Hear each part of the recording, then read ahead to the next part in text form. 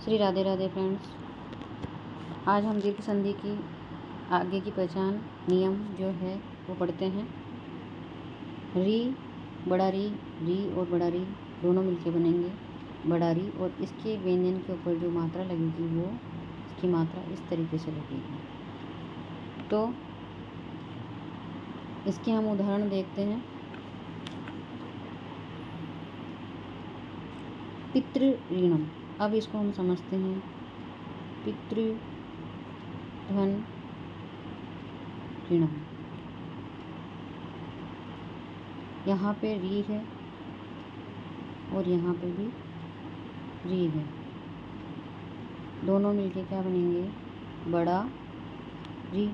और बड़े री की जो मात्रा लगेगी वो किस पे लगेगी? त पे लगेगी, और यहाँ से ये री हट जाएगा तो ये क्या बनेगा? पितृणम। इस तरीके से ये दीर्घ संधि का ये वाला रूल चलेगा, जहाँ दोनों प्लस के दोनों तरफ री और री यानी समान स्वर होना चाहिए, और समान स्वर होके एक ही आदेश हो जाएगा यहाँ पे। तो यहाँ पे क्या होगा? समान स्वर होने पर यहाँ पे दीर्घ हो जाएगा।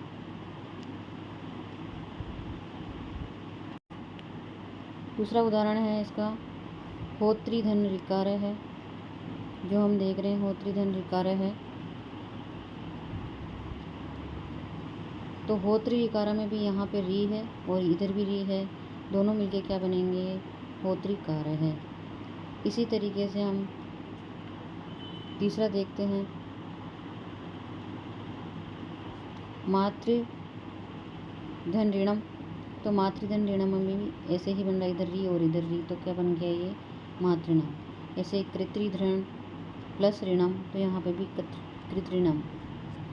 अगर हम इस संधि को कैसे पहचानेंगे, अगर वो सोचें कि इस संधि को हम कैसे पहचानें और कहाँ से, तो इसमें दीर्घ आता है और यहाँ पे ये इस तरीके से नीचे व्यंजन के नीचे लगा हुआ आएगा। वहीं से हमारी पहचान होगी कि दोनों तरफ हमें री बनाने हैं, और इधर री की मात्रा लगानी है और इधर खुद री ही रहेगा। तो होत्रिधन ऋषि, तो होत्रिषि। फिर त्रिधन ऋकार है, त्रिकार है। इस तरीके से ये सारे उदाहरण होंगे।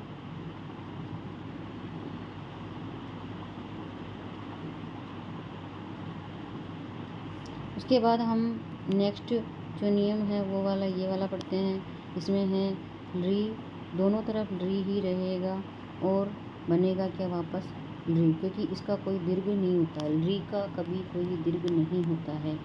बस इसको हमें समझना है। तो हम इसको कैसे समझेंगे? इसका जो उदाहरण है, जैसे री धन ऋकार है, तो इसमें क्या करेंगे? री धन ऋकार है। अब यहाँ पे भी री है, यहाँ पे भी री है, दोनों मिलके वापस री ही बनेंगे, और क्या रह जाएगा? यहाँ जाके वापस री बन जाएगा, इधर कल री कट जाएगा। ये बहुत सरल है, और दोनों तरफ करके भी ऋकार री ही बचता है, और वापस क्या बनेगा? ऋकार है। लेकिन जब इसमें शब्द अगर पूछ लिया जाता है और उसके संधि विच्छेद पूछ लिया जाता है, तो हमें कंफ्यूज नहीं होना है। जहाँ शब्द में आपको शुरू में या बीच में कहीं पे भी पूरा री दिख जाए, तो यानी वो दीर्घ संधि है। पूरा री आपको कहीं नहीं दिखेगा, केवल मात्र दीर्घ संधि में ही आपको ये पूरा री दिखेगा। तो वहीं से इसको अलग करना है और दोनों तरफ री लगाना है। इस तरीके से आप ये उदाहरण देख लीजिए। री धन ऋकार है, गम्ल धन ऋकार है, विश्ल धन ऋकार है। इस तरीके से सारे उदाहरण बने हुए हैं, आप इन उदाहरण को देख लीजिए।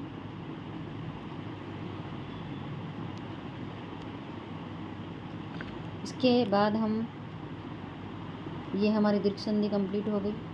इसके बाद हम गुण संधि को पढ़ते हैं।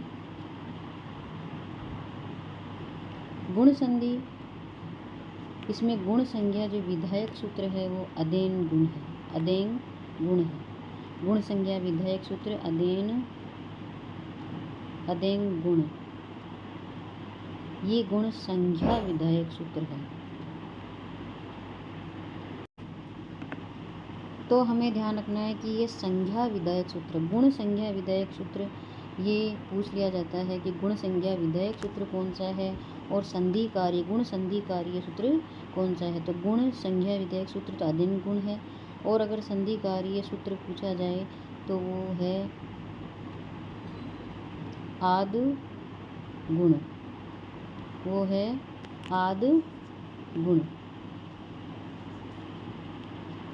तो हमें ध्यान रखना है संधि कार्य तो आद गुण से होता है और गुण संज्ञा विधायक सूत्र अधीन गुण है। तो इन दोनों सूत्रों को याद रखें, लेकिन ध्यान रखें कि ये संज्ञा सूत्र है और ये संधि कार्य सूत्र है, जिससे संधि होती है, जिससे नियम निकलते हैं ये। तो अब हम इसको देखेंगे कि कैसे होता है ये।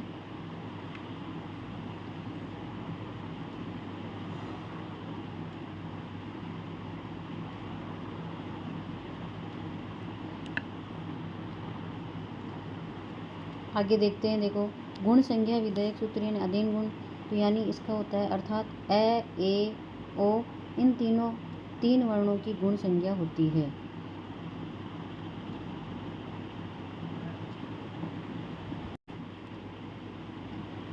गुण संज्ञा जो विधायक सूत्र है इसका मतलब है कि ए, ए, ओ इन तीन वर्णों की गुण संज्ञा होती है। हमें ध्यान रखना है कि ए, ओ ये तीन वर्ण हैं जिन तीन वर्णों की गुण संज्ञा होती है, क्योंकि ये वृद्धि संधि में अलग होते हैं। तो ऑब्जेक्टिव क्वेश्चन में पूछ सकते हैं, जैसे मैंने बताया ये वाला भी क्वेश्चन बनता है कि संज्ञा विधायक और संधि कार्य सूत्र दोनों अलग अलग होते हैं, वैसे ही ये भी पूछ सकते हैं ए, ओ इन तीन वर्णों की क्या गुण संज्ञा होती है या वृद्धि संज्ञा होती है। तो हमें ध्यान रखना है कि ये गुण संज्ञा होती है। मैंने बताया संधि कार्य सूत्र है आद गुण, और अब इसकी पहचान, जो पहचान है वो ही चार इसके पहचान है, लेकिन यहाँ पे एक दूसरा सूत्र और दे रखा है, वो है उ ऋण रपर है, उ ऋण रपर है। इससे ये री और री वाला बनता है, उ ऋण रपर है, अर और अल बनता है जो, और इसमें भी एकादेश होता है, यानी दोनों तरफ यहाँ पे स्वर होते हैं, फिर भी एक ही आदेश होता है। दोनों तरफ का जो होता है, तभी जहाँ पहले का वर्ण और बाद का वर्ण दोनों के स्थान पर अगर कोई एक ही आदेश होता है, पहले के वर्ण और बाद के वर्ण में जब एक ही आदेश होता है उसे एकादेश कहते हैं। तो यहाँ पे गुण संधि में कैसे एकादेश हुआ है, जैसे अभी दीर्घ संधि में भी ऐसा ही हुआ था, वैसे ही इसमें भी हुआ है। तो हम इसके नियम को समझते हैं कि कैसे।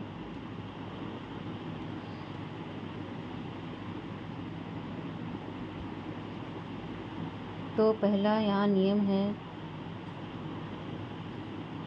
ए, आ प्लस ई या बड़ी ई। अब पहले जहाँ दीर्घ संधि हमने पढ़ी थी वहाँ पे समान स्वर थे, यहाँ समान नहीं है, यहाँ समान नहीं है। यहाँ पे इधर चारों में ही क्या रहेंगे, यहाँ देखिए आप, इधर चारों में ए आ है, लेकिन यहाँ पे नहीं है, यहाँ पे समान स्वर नहीं है। तो इन जब इधर ए या आ रहेगा, प्लस में ई या ई रहेगा, तो ये क्या बन जाएगा ए, और एक मात्रा ही होती है। गुण संधि की ये सबसे शानदार ट्रिक हमें याद रखनी है कि पूरी गुण संधि में हमें एक ही मात्रा देखने को मिलती है, एक मात्रा, यानी जिसे हम कहते हैं यहाँ सिर्फ यहाँ पे एक मात्रा लग रही है, एक मात्रा वाली जो भी आएगी वो गुण संधि ही होगी। तो हम इसका एक उदाहरण देखते हैं।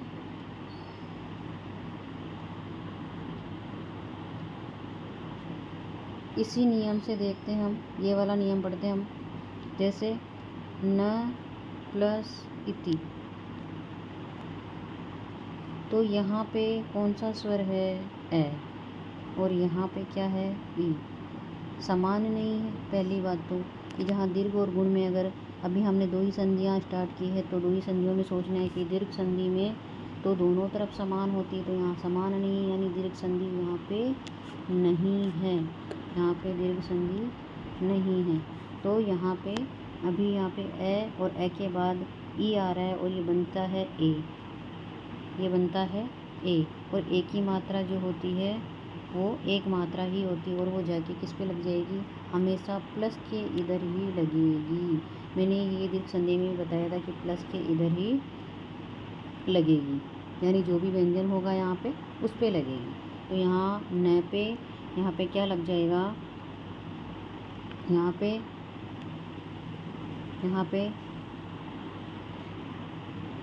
नेति का न पे ए की मात्रा, और जो यहाँ पे इति था उसका ई कट के यहाँ क्या बचा, ओनली ती, तो क्या बना, नेति।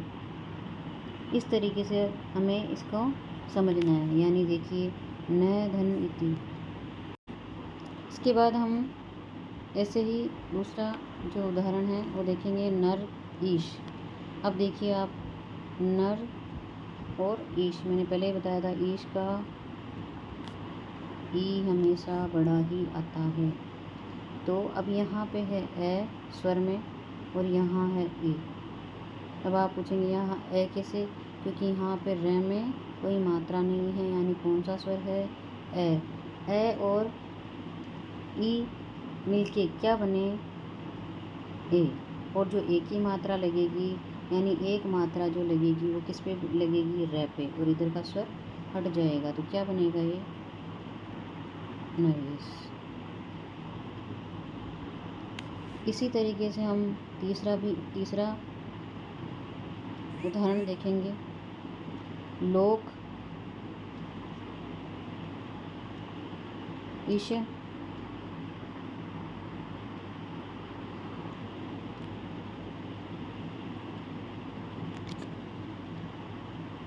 लोक ईश, तो क्या बनाइए, लोकेश है। ऐसे ही महा ईश है,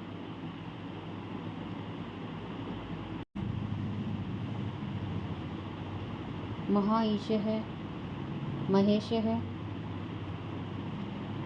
उसके बाद है उप धन इंद्र, तो ये भी क्या बना, उपेंद्र।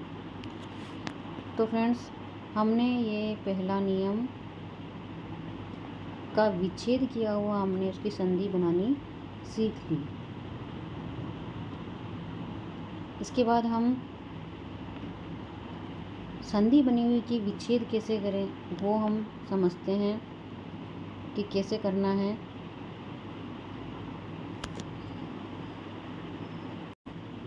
तो देखिए फ्रेंड्स, यहाँ है यथेचम।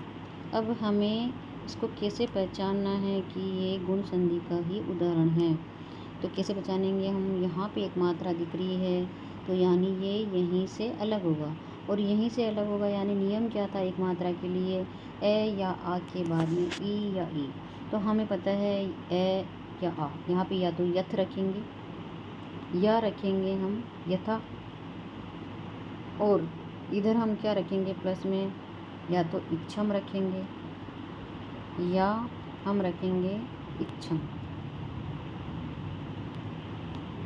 अब जो हमें सार्थक शब्द लग रहा है वो ही इसका उदाहरण होगा, इसका विच्छेद होगा। तो यहाँ पे यथा इच्छम, जैसी इच्छा, इच्छा में कभी ये बड़ी ई नहीं आती है और यथ कोई शब्द नहीं होता है।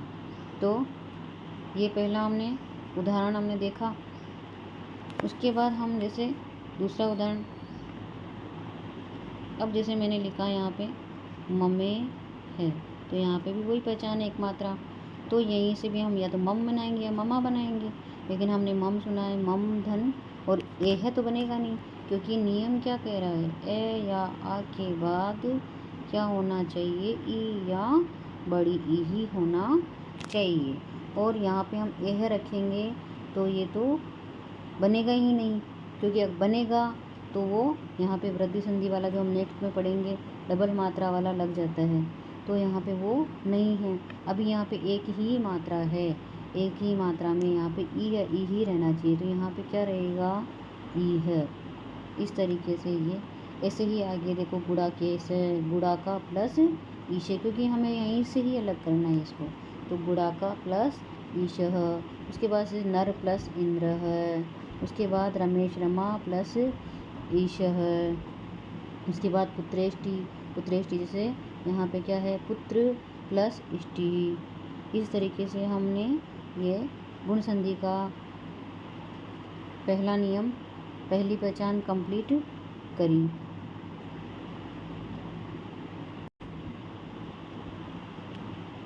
उसके बाद हम इसका दूसरा नियम देखते हैं, पहचान देखते हैं इसकी क्या है कि ए या आ के बाद क्या हो, ऊ या बड़ा ऊ होना चाहिए। तो ए या आ के बाद ऊ या ऊ होता है तो क्या बनता है, ये बनता है ओ, यानी वो भी मात्रा तो एक ही है लेकिन ये मात्रा है ओ की, ये मात्रा है ये ओ की। अगर हमें ये कंडीशन ये दिखती है शब्द में तो कौन सी संधि है, गुण संधि का ये दूसरी पहचान है, गुण संधि की ये दूसरी पहचान है। ऐसे हम इसके उदाहरण देखते हैं, जैसे है इसमें सूर्य प्लस उदयः। अब यहाँ पे कौन सा स्वर है, ये में ए और इधर ऊ, तो ये दोनों मिलके क्या बने, ओ। हमें सबसे पहले इनकी पहचान याद करनी पड़ेगी, तो हम ये संधियाँ कर पाएंगे। हमें विच्छेद से शब्द बनाना है, संधि बनानी है, तो हमें नियम याद होने ही चाहिए। और मैं चाहे वो संधि से हमें संधि विच्छेद करने पड़े तब भी हमें ये नियम याद होने ही चाहिए। फिर भी हम शब्द को देख के पहचान सकते हैं कि कौन सी वो संधि है। इन सब की मैं ट्रिक भी साथ में बताती भी जा रही हूँ, और मैं और अच्छे से जब एक साथ और अच्छे से ही इसकी ट्रिक अच्छे समझा दूँगी। तो हमारे पास क्या था,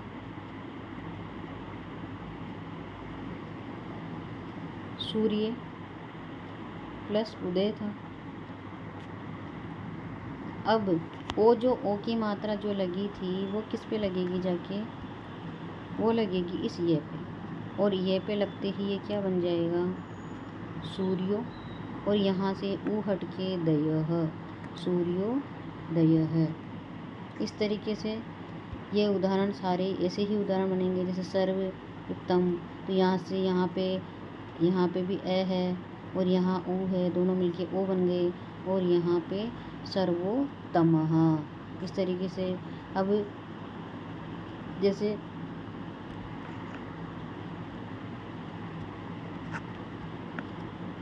हम जैसे उदाहरण देखते हैं, नव उड़ा। अब यहाँ पे यहाँ ए है और यहाँ ऊ है, दोनों मिलके क्या बने, ओ, और जो ओ की मात्रा लगेगी वह पे, यानी यहाँ पे क्या बन जाएगा, नवो, और यहाँ से ऊ हट के क्या बचा, केवल डा। तो क्या बन गया ये क्या बना, नवो डा। इस तरीके से। तो अब तीसरा जो इसका एक और जैसे ये उदाहरण है, महा उदय, तो जैसे महा प्लस उदय, ठीक है। अब यहाँ क्या है, आ की मात्रा है और यहाँ ऊ है। ए या आ के बाद में ऊ हो तो क्या बनता है, ओ, और ओ की मात्रा किस पे लग जाएगी, इस है पे लग जाएगी, यानी क्या बनेगा, महोदय, क्योंकि यहाँ से ऊ हट जाएगा और क्या बचा, दया। तो इसके बाद हम जैसे इसमें जल उर्मी, जल प्लस उर्मी, तो क्या बना, ए और ऊ मिलके जल उर्मी ही। इस तरीके से अब है हम संधि यानी शब्द से क्या बनाएंगे, संधि विच्छेद। तो जैसे परीक्षो सब है। अब यहाँ पे ओ की मात्रा आ रही है, यानी ये कौन सी संधि है, गुण संधि का दूसरा नियम है। और ए आ के बाद में ऊ या बड़ा ऊ मिलना चाहिए, यानी यहाँ पे क्या बनेगा, या तो परीक्ष बनेगा या परीक्षा बनेगा। तो परीक्ष तो कुछ होता नहीं है, परीक्षा प्लस और इधर ऊ या बड़ा ऊ, तो उत्सव का हमेशा ऊ छोटा ही आता है। और क्या बना ये, परीक्षा प्लस उत्सव, इस तरीके से।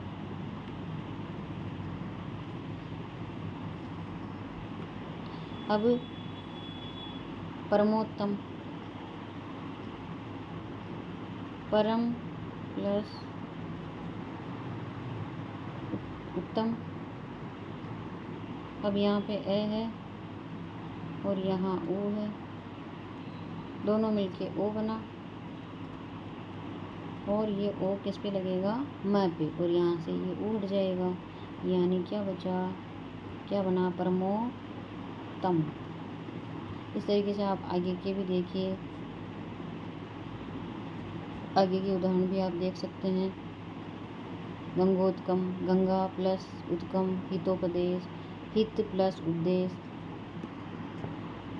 तो आप यहाँ से और उदाहरण इस तरीके से बना सकते हैं। नेक्स्ट हम आगे का इसका जो पहचान है, नियम है, वो हम देखते हैं। अब है इसका नियम ए आ प्लस री और क्या बना, अर। ये मैंने बताया था, दूसरा सूत्र उरण रपरह से बनता है अर। और यहाँ हमें शब्द में अर ही सुनाई देगा। देखिए आप पहले अपन संधि विच्छेद का शब्द बना के देखते हैं। ब्रह्म प्लस ऋषि, तो यहाँ पे ए है और यहाँ री है, तो यहाँ ए और री मिलके अर, हलंत वाला र। अब देखिए मैं इसको और सरल तरीके से इसको बताती हूँ। जो अर है, तो अगर मैं उस अर को अगर यहाँ रखूँ तो ये कैसे बनेगा, देखिए ब्रह्म, और उसका ए आएगा, यानी यहाँ से स्वर ले लिया था, तो यहाँ ए अर को हम बीच में रख देते हैं। और यहाँ री से, ये ऋषि को भी हमने नीचे ले लिया था, तो यहाँ से भी ऋषि हट जाएगा। और यहाँ क्या बचा, शी, यानी जो यहाँ का ए और यहाँ का री मिलके अर बना, वो हमने यहाँ अर यहाँ लिख दिया। अब बस ये ए इसमें मिल जाएगा, तो ये पूरा क्या बनेगा, जो ये आधा हो रहा है अभी हलंत में है, वो पूरा बन जाएगा ब्रह्म।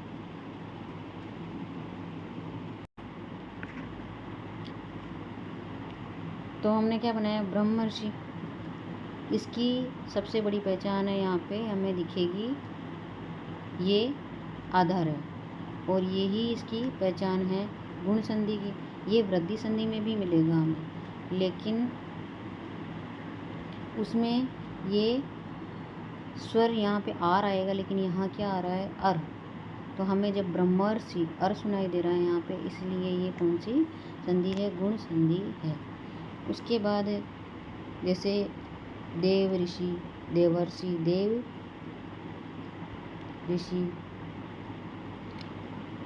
तो यहाँ क्या बना, देव प्लस ऋषि, यानी यहाँ पे भी ए निकल रहा है और यहाँ री निकल रहा है, और मिलके क्या बना, आधा रे ऊपर चला जाएगा, और ये इस तरीके से देवर्षि शब्द, देवर्षि बन जाएगा।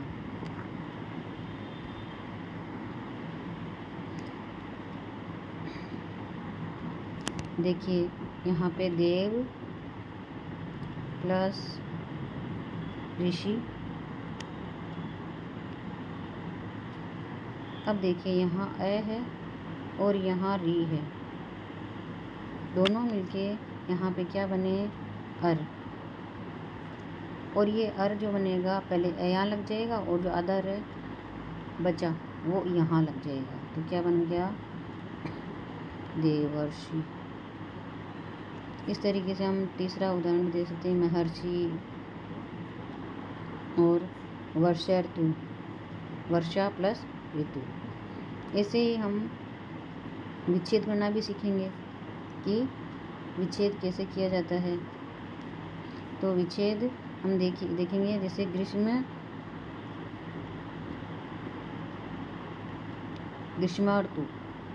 ऋतु आ रहा है अब यहाँ पे, तो हम पहचान जाएंगे कि आ रहा है, और हम इसको कैसे करेंगे, ग्रीष्म प्लस, अब यहाँ पे ये आधार है यानी हमें लाना है, यहाँ पे आ रहा है तो हमें यहाँ पे क्या लाना है, यहाँ पे या के बाद री लाना है, तो यहाँ क्या हो जाएगा, ऋतु, यहाँ हो जाएगा ऋतु, यानी ग्रीष्म धन ऋतु। उसके बाद उत्तमर्ण,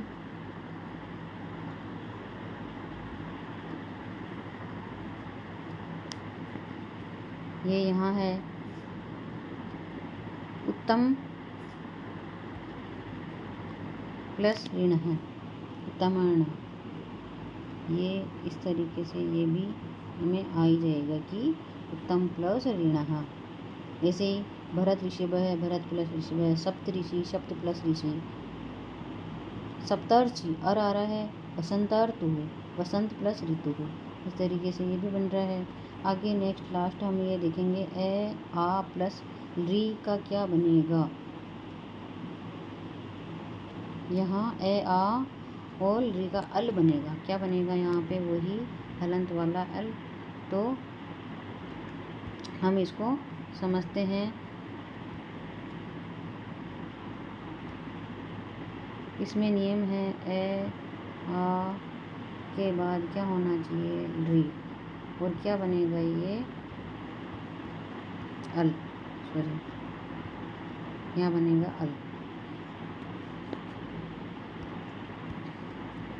तो हम इसके उदाहरण समझते हैं। तो देखिए यहाँ इसमें भी एक बहुत अच्छी पहचान बताऊंगी मैं आपको, तव प्लस ऋकार है। अब आप कहोगे ऋकार उसमें भी था, लेकिन उसमें दोनों तरफ समान था दीर्घ संधि में, यहाँ पे ए आ रहा है और यहाँ ल, और शब्द से कैसे पहचान करोगे इसको कि आधा ल, तुम आपको इसमें जैसे उसमें आधा ल दिख रहा था, ऐसे ही इसमें आधा ल दिखेगा, क्योंकि यहाँ ए है और यहाँ रे है, तो क्या बनेगा ये अल, और अल को हम बीच में रखते हैं तो ए यहाँ लग जाएगा और ल आगे ल का र, यानी ये हट जाएगा, तो यहाँ पे अल, ल ये हलंत वाला यानी आधा है, तो तवल कार है। तो हम जैसे और उदाहरण देखते हैं इसके, ममल कार है। अब मैंने शब्द लिखा ममल कार है।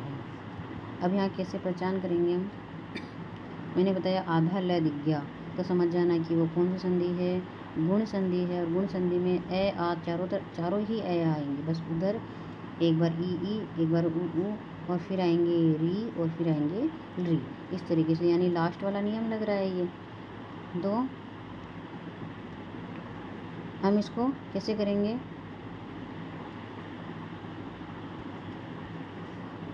एक बार पूरा बताती हूँ। ये आएगा ममल कार। अब यहाँ में इसको मम प्लस ऋकार है। एक और ट्रिक है इसकी कि आप कैसे पहचानोगे कि ये गुण संधि है। गुण संधि की इसकी पहचान देखना, प्लस के बाद री, दोनों तरफ री नहीं कर, प्लस के बाद आपको पूरा री मिलेगा, तब भी आप इसकी पहचान कर सकते हो। तो जैसे अब यहाँ पे वापस वही मैंने बताया, ममल अल आ रहा है तो ए इसमें पूरा लग जाएगा, क्योंकि इसमें से ए निकला था मम, और यहाँ आधा ले और का रह, इस तरीके से। इसके बाद एक लास्ट उदाहरण हम और देख लेते हैं, तथा प्लस ऋकार है। तो यहाँ आ है और यहाँ ली है, दोनों मिलके अल बनेंगे। और ये अल यहाँ बीच में आप रखे देखिए यहाँ पे, तो क्या बनेगा, ये क्या बनेगा, तथा के यहाँ तथ, तो यहाँ तथ, फिर यहाँ अल और फिर यहाँ क्या रहेगा, कार, क्योंकि ये हट गया, इधर से स्वर मैंने नीचे ले लिया, अब यहाँ पे अल और ये ए इसमें जुड़ जाएगा, तो तथ आधा ल और फिर क्या बना, तथलकार है। इस तरीके से हमारी ये गुण संधि भी कंप्लीट हो गई। हम नेक्स्ट में वृद्धि संधि पढ़ेंगे। Thank you friends. Shri Radhe Radhe.